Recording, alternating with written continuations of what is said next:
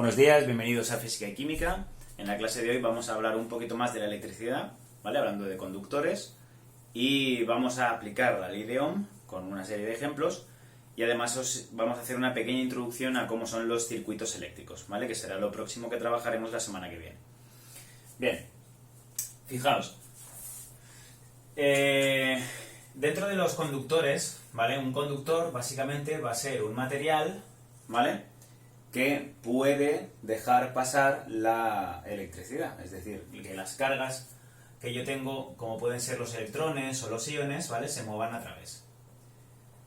Si es fácil que las cargas se muevan a través de un conductor, como puede ser un cable de cobre, que es el que nos trae electricidad a las casas, ¿vale? Se podría utilizar aluminio también, pero conduce un poquito peor, pero sí, muy ligero, ¿vale? Digamos que el material se llama así, conductor, ¿de acuerdo? ¿Qué pasa cuando estas cargas no pueden atravesar un material? Pues que tenemos un material que llamamos aislante, ¿vale? Hay ciertos materiales que son aislantes, como pueden ser la madera, como pueden ser la goma, ¿vale?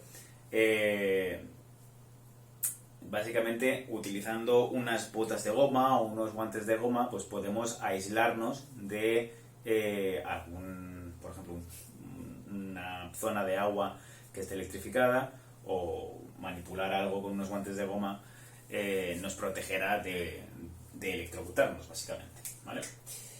Cuando tenemos algo a caballo entre un conductor y un aislante, ¿vale?, realmente es como si fuera un conductor, pero no conduce siempre, ¿vale? Necesita o bien un pequeño cambio en la temperatura para que conduzca mejor, o bien agregar una pequeña sustancia que lo modifique un poco para que conduzca, ¿vale? Tiene unas propiedades un poco a caballo entre los conductores y los aislantes, y se llaman semiconductores, ¿vale? Los semiconductores son, por ejemplo, el material del que están hechos los microchips, los procesadores de, bueno, pues ordenadores, de dispositivos electrónicos como tablets, teléfonos móviles, etc., ¿vale? Bien.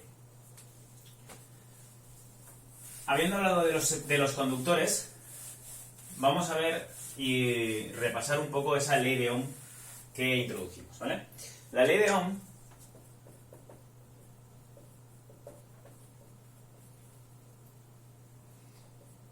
básicamente se compone de un voltaje, resistencia e intensidad, ¿vale? Estas son las tres magnitudes que aparecen en la ley de Ohm. Si os acordáis, esta de aquí se llamaba voltaje, ¿vale? También se le puede llamar diferencia de potencial, ¿ok? Pues se puede ver por ahí como diferencia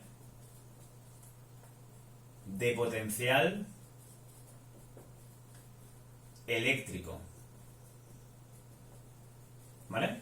También se le puede llamar tensión eléctrica. Es decir, al final es lo mismo, ¿vale?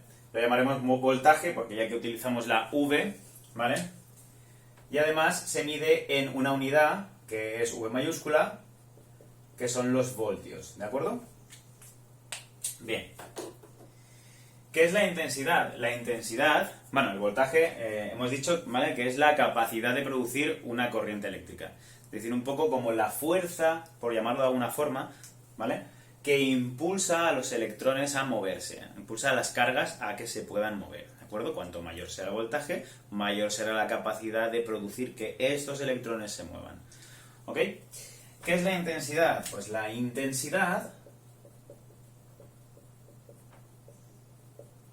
¿vale?, que se mide en amperios, intensidad eléctrica o intensidad de corriente, ¿vale?, es la cantidad de cargas que pasarán por un circuito o por un punto determinado, ¿vale? Está claro que cuanto mayor sea, ¿vale?, pues mayor es la cantidad de cargas que están pasando. Acordaos un poco de lo que vimos en esa tabla de efectos sobre la salud humana, que podía tener una intensidad más baja o una intensidad más alta. A mayor intensidad, si pasa a través de nuestro cuerpo la corriente eléctrica, pues obviamente provocará más daños, porque más carga está pasando a través de nuestro cuerpo. Y finalmente tenemos la resistencia, ¿vale? La resistencia, que es el impedimento a que las cargas pasen por el conductor o pasen por el circuito, ¿de acuerdo? Digamos que de alguna manera esta resistencia lo que hace es impedir que las cargas circulen, que se muevan. Y se mide en ohmios, ¿de acuerdo? Que viene un poco de la ley de Ohm.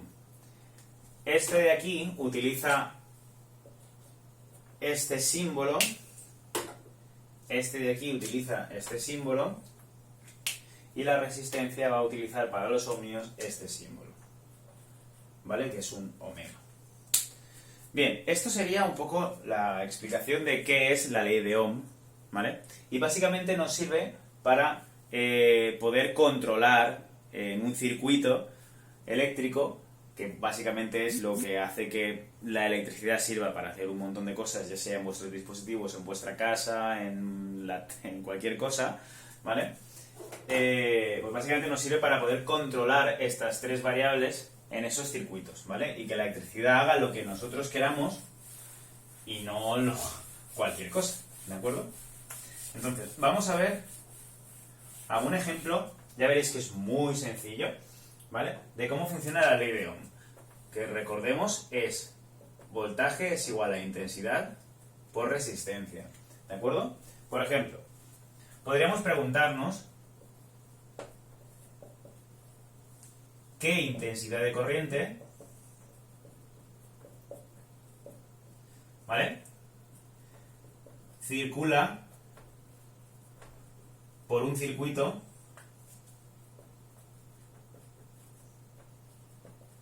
que posee un voltaje de 20 voltios y 6 ohmios. ¿De acuerdo? Pues, ¿qué intensidad circula por un circuito de estas características? Pues vamos a calcularlo. Fijaos que lo único que tengo que hacer es, una vez que ya tengo escrita la ley de Ohm, sustituir las cosas que ya sé, ¿vale? El voltaje son 20 voltios, la intensidad no la sé, y la resistencia son 6 ohmios. ¿Qué hago aquí? Para poder despejar la I, ¿vale?, y quitarme el 6 de aquí, pues tendría que dividirlo al otro lado, ¿de acuerdo? Entonces aquí voy a tener que I, el 6 pasa dividiendo, ¿vale? Y esto sería 20 partido 6. Que 20 partido 6 es 3,3 periódico. Pues vamos a dejarlo en 3,3 amperios, ¿vale? Pues ya tendríamos la intensidad que circula de la corriente. En general, ¿vale?, esto va a ser siempre igual.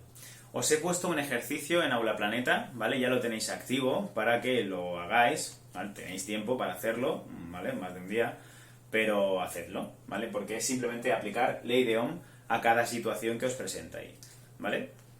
Muy fácil, es muy sencillo. Viendo otro ejemplo, aunque ya veis en qué consiste esto, no es mucho más complicado, ¿de acuerdo? Pues podríamos preguntar ¿qué resistencia debo poner en un circuito de 220 voltios de voltaje, ¿vale? No hace falta, esto es un poco redundante, pero bueno, de 220 voltios, para que la intensidad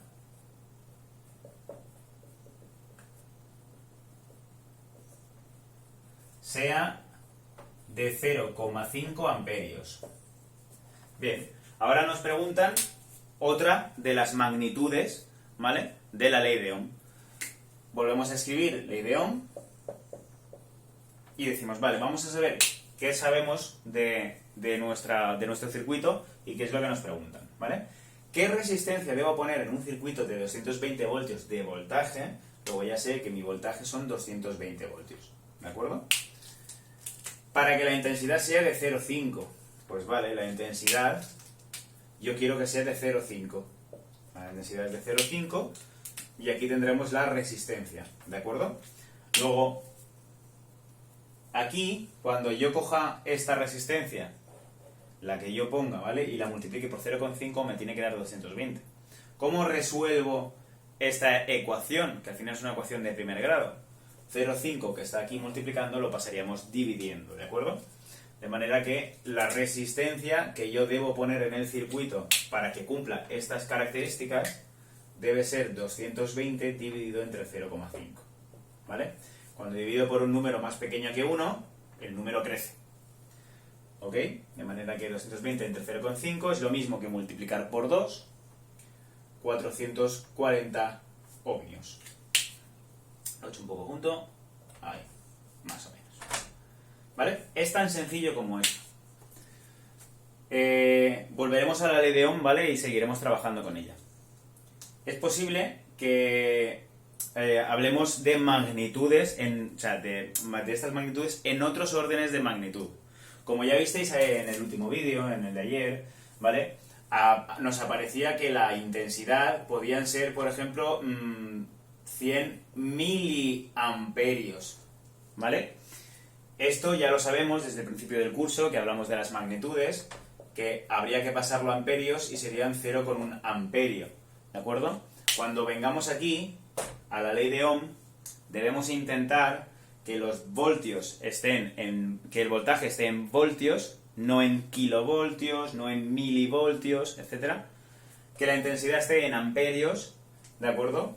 No en miliamperios, ni microamperios, ni nada de esto. Y la resistencia, por supuesto, en ohmios, ¿vale? No en kiloohmios o lo que sea, ¿ok?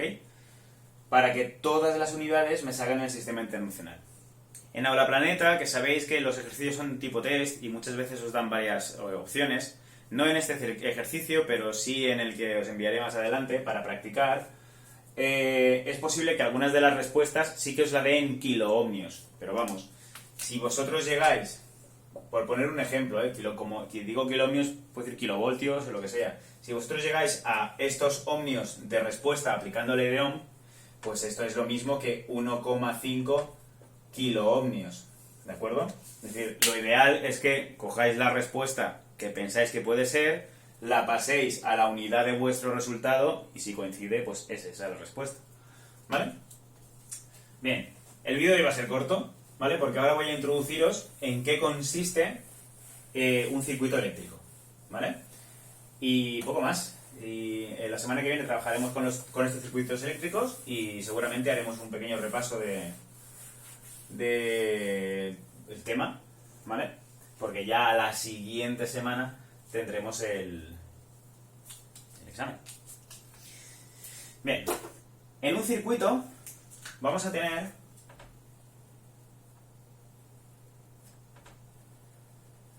una serie de elementos, ¿vale?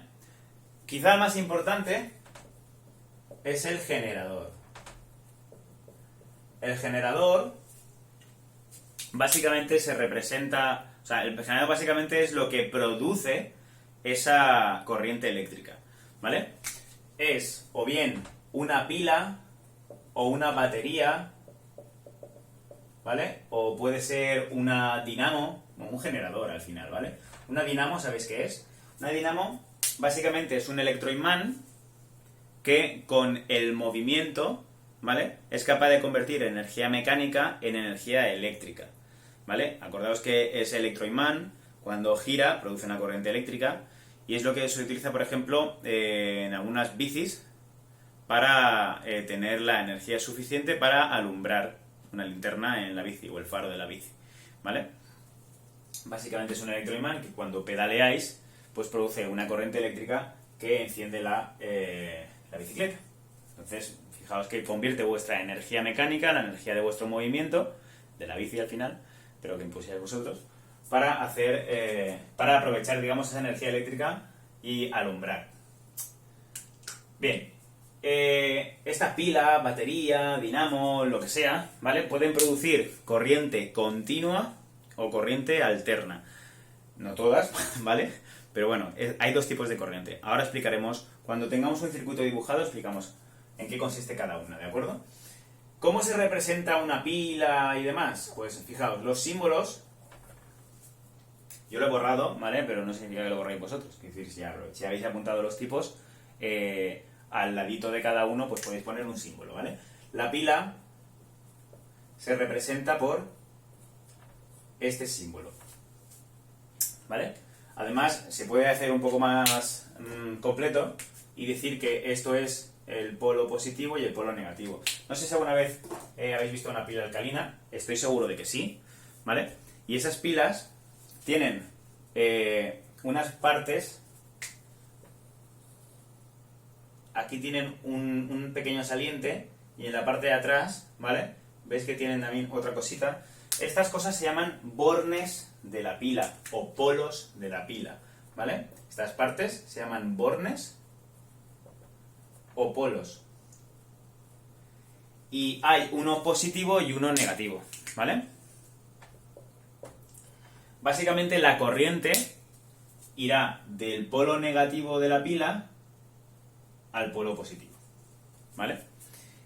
Eso es básicamente cómo va la corriente de forma real. Pero ahora veremos que la corriente eléctrica no va exactamente en esa dirección. Pero bueno, no os preocupéis, ahora lo explico. Lo ideal, ¿vale? O lo interesante es que una pila, que va a ser nuestro generador de corriente eléctrica, va a ser, digamos, va a tener este símbolo. Una batería es un poco distinta, pero no necesitamos saber cómo es, ¿vale? O sea, básicamente va a ser una cosa como esta, ¿vale? Porque puede almacenar energía y demás. No nos interesa mucho, ¿vale? El resto de generadores, pues podemos dibujarlos con una G, que pueden tener una línea abajo, que significa que son de corriente continua, o una línea sinusoidal, de esta forma, que significa que tienen corriente alterna. Pero bueno, no es importante. La mayoría de los generadores, por no decir todos los generadores que vamos a ver en nuestros circuitos, van a ser pilas, ¿de acuerdo? Pues son los más sencillos. Las pilas tienen un voltaje. Las pilas alcalinas normales tienen 1,5 voltios, ¿vale? ¿Qué era el voltaje? Recordad que era esa fuerza que impulsa a los electrones para moverse por el circuito. Luego 1,5 voltios, ¿vale? Viene a ser un número que nos dice la capacidad que tiene esa pila para generar una corriente eléctrica. Cuanto mayor sea el voltaje de la pila, mayor es la capacidad de generar corriente eléctrica. ¿De acuerdo? También vamos a tener receptores. Mirad, los circuitos se representan por líneas cerradas, ¿vale? Que salen de la pila y vuelven a la pila. ¿Ok? Aquí la corriente estaría haciendo esto. Vendría por aquí, vendría por aquí, vendría por aquí y vendría por aquí. Realmente, recordad que la corriente eléctrica son electrones que se mueven. Y los electrones son cargas negativas. Los electrones no van a ir en este sentido. No pueden, ¿vale? Porque básicamente esto es un polo positivo. El polo positivo atrae los electrones, el polo negativo los repele. Los electrones van a ir al contrario. Es decir, el movimiento de los electrones va al contrario que la corriente eléctrica. ¿Esto cómo es posible? Pues porque realmente no importa mucho cómo digamos que va la corriente, ¿vale? Es decir, la verdad es que no importa mucho el sentido de la corriente, porque a medida que se mueven los electrones es como si cargas positivas vinieran en esta dirección, y al final cualquier carga moviéndose es una corriente eléctrica. De manera que cuando se crearon los primeros, digamos, circuitos, hubo que decir, venga, vamos a ver en qué sentido se mueven los electrones. Pues había un 50% de probabilidades de hacerlo bien y un 50% de hacerlo mal. Y se hizo mal, ¿vale? Pero no tiene ninguna repercusión al final, ¿de acuerdo? Al sentido de la corriente que he pintado en negro se le llama sentido convencional, porque por convención, ¿vale?, se dice que la corriente eléctrica se mueve en este sentido. Pero el sentido real de la corriente es el movimiento de los electrones, que como son negativos, irán del negativo al positivo, ¿de acuerdo? Pero bueno, esto como detalle. Lo que nos interesa es que en un circuito, ¿vale? Vamos a tener un generador, que va a ser una pila generalmente, para los circuitos que vamos a estudiar, ¿de acuerdo? Y va a ir la corriente eléctrica por un conductor hasta volver a la pila. ¿Qué puedo hacer aquí? Pues puedo poner receptores, ¿vale? Estos receptores pueden, por ejemplo, aprovechar la corriente eléctrica o pueden impedir su paso. A este símbolo, que yo voy a dibujar así, de esta forma zigzagueante, ¿vale? Esto es una resistencia. Básicamente esto es lo que impedirá que pasen los electrones. Fijaos que se está como en zigzag, ¿no? Que parece que los electrones cuando llegan aquí, pues tienen que... aquí arriba, vamos para abajo, para arriba, para abajo. Es como que les cuesta avanzar igual de rápido que avanzaban antes, ¿vale? De manera que una resistencia se representa así para indicar que impide el paso de la corriente eléctrica. ¿De acuerdo? Y aquí se puede poner algo que aproveche la electricidad para nuestro beneficio, ¿vale? Por ejemplo, se puede poner una lámpara. Las lámparas, o una bombilla, ¿vale?, que haga luz, se representan por un círculo con una X, ¿vale? Hay muchos símbolos distintos para poner un timbre, para poner un motor, ¿vale? En lugar de una bombilla, si yo pongo aquí una M, pues esto es un motor, ¿vale? Un motor como puede ser el motor de un coche eléctrico, en el que yo tengo una serie de baterías en el coche, que cuando enciendo el coche, estas baterías se ponen en marcha, por el circuito del coche empiezan a generar una corriente eléctrica, que cuando llega al motor, pues el motor empieza a moverse, ¿de acuerdo? Obviamente, pues esta electricidad vuelve a la pila y vuelve a pasar, ¿vale? Y así hasta que la pila, pues, se desgasta, ¿ok? O se gasta, más bien. Hay pilas que son recargables y pueden recargarse, como las del coche, como la batería de vuestro teléfono móvil, etcétera. Y hay pilas que no son recargables. Y una vez que se acaba la sustancia que tiene dentro, pues hay que desecharlas. Y además hay que desecharlas en un sitio especial, porque las sustancias, por lo general, no son muy amigables del medio ambiente, ¿vale? No son environment friendly, básicamente. Bien, generador, receptores y tendríamos también interruptores. ¿Vale? Un interruptor, vamos a dibujar uno aquí. Aquí tenemos esta parte del circuito, ¿vale? Que está abierta. Mientras está abierta, la corriente no pasa por aquí, ¿de acuerdo? Pero cuando yo pulso el interruptor, esto se cierra, ¿vale? No tengo por qué pulsar yo el conductor, obviamente es un interruptor, como puede ser este botón. Venga, todo oscuro, ya no vemos nada, ¿vale? Entonces yo aprieto y ya está todo esto diseñado para que el circuito se cierre o se abra, ¿vale? Ahora mismo, por ejemplo, este interruptor, el que tengo aquí, ¿vale?, mantiene el circuito cerrado, de manera que pasa la electricidad por el circuito y a la bombilla que tengo yo en esta sala, pues está iluminando la sala. Si yo ahora le doy al interruptor, lo que voy a hacer es levantar esta parte del circuito, de manera que la corriente ya no puede pasar. Y si no puede pasar, pues no pasa corriente por mi bombilla y no ilumina. ¡Chap! ¿De acuerdo? Pues fijaos, estos son los puntos principales que tenemos en un circuito. Hay más cosas, ¿vale? Hay bastantes más cosas. Veremos de qué manera puedo medir yo el voltaje o la intensidad de corriente en un circuito. Veremos circuitos que son un poco más complejos, que tienen varios caminos y cómo trabajar con ellos, ¿de acuerdo? Y veremos también pues un poco cómo hacer cálculos con ley de Ohm aplicados a circuitos, ¿vale? Eso lo dejaremos para el próximo día. Otra de las cosas interesantes que tiene, por ejemplo, un circuito, se representa con este símbolo, es un fusible, ¿vale? ¿Alguna vez os habéis escuchado la palabra fusible? ¿Os suena? Esto de...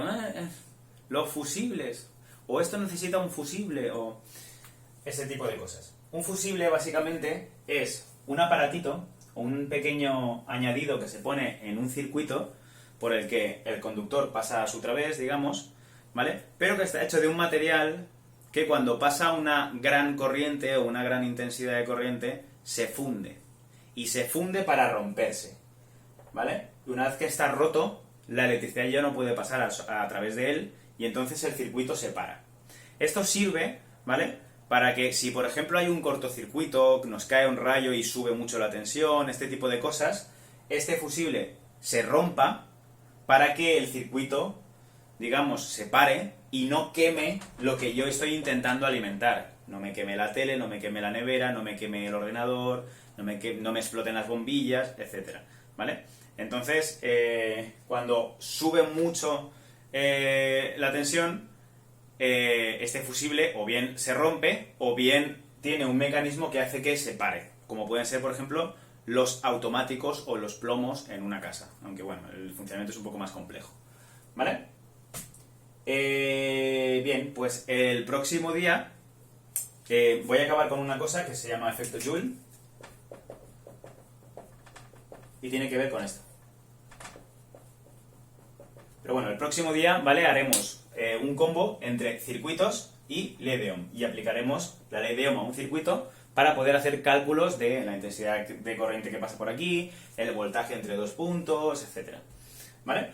Efecto Joule básicamente es el efecto que produce que una carga que está en movimiento se vea retenida, se vea impedida a moverse, ¿vale? Sucede, por ejemplo, en las resistencias. En una resistencia, cuando la carga, digamos que está impedida y no puede moverse bien, se produce una cosa que se llama fricción, ¿vale? Esta fricción acaba desarrollando en calor. ¿Esto qué significa? Significa que en una resistencia, cuando pasa corriente, ¿vale?, aumenta o se emite calor, aumenta la temperatura. ¿Para qué sirve esto? Os preguntaréis. Pues sirve, por ejemplo, fijaos,